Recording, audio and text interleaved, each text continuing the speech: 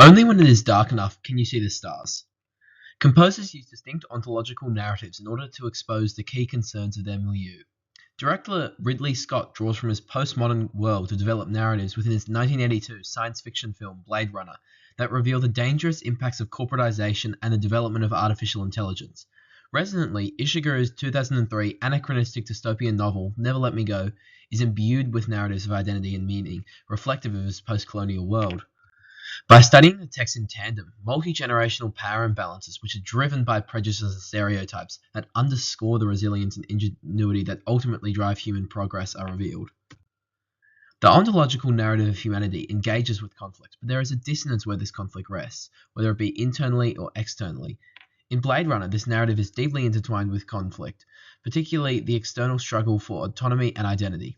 The confrontation and symbolic death of Tyrell, the creator of the replicants, in a desperate bid to extend their lifespans, highlights the extreme outcomes of unchecked power as a result of Reaganomics, and the killing of the creator serves as a powerful biblical image, subverting the grand narrative of religion present within Scott's postmodern landscape. It demonstrates that, like humans, the replicants have a quest to extend their lives. This serves as an external conflict and a response to the dehumanizing social and corporate structures. This rebellion dissonates with the general acceptance of predetermined fate featured in Never Let Me Go.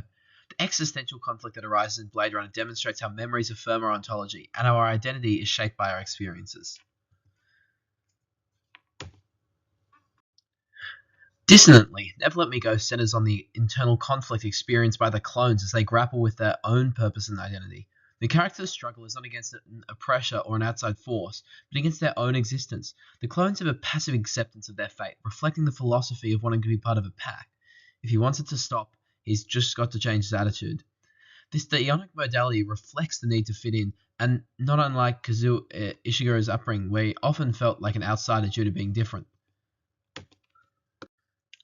This internal conflict of not wanting to rise up reflects their passive outlook, where their humanity drives them to dream about the future. However, they give in to fate and accept that their lives will be cut short. This dissonates with the way Scott represents the character's internal conflict, where rather than accept their fate, they rebel and rise up against the adversity they face. Ishiguro cleverly demonstrates how it is not a conflict of rebellion that ultimately leads to our downfall, but is an internal conflict causing a loss of hope that leads to the clone's fate. The hope for meaning is what drives us to continue to live. Both texts represent this simile. However, unlike Scott, Ishiguro suggests that hope is futile to reveal that without a sense of humanity, we cannot hope for the future. Referencing his postmodern context, in order to challenge societal constructs and expectations, Scott cleverly utilizes the symbolic white dove after the death of Roy Batty to symbolize that his hopes and memories will live on forever. I've seen things you people wouldn't believe. Time to die.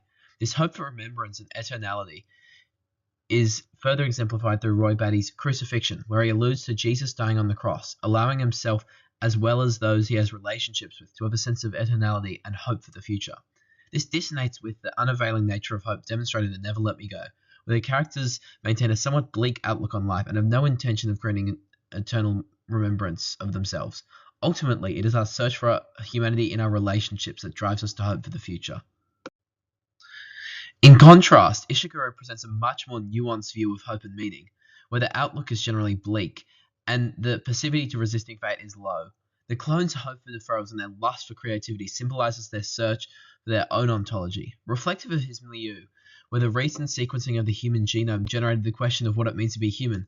Ishiguro masterfully challenges this through his use of a lyrical allusion, "Baby, baby, never let me go," where Kathy pretends to rock a baby to sleep, demonstrating her hope for the future. However, also her human-like qualities of nursing a baby, forcing the reader to question if in fact she is human for demonstrating human-like traits. However, the subsequent crying from Madame reflects the pervasive and controlling power structures of Ishiguro's cultural landscape and demonstrates that her hope is futile.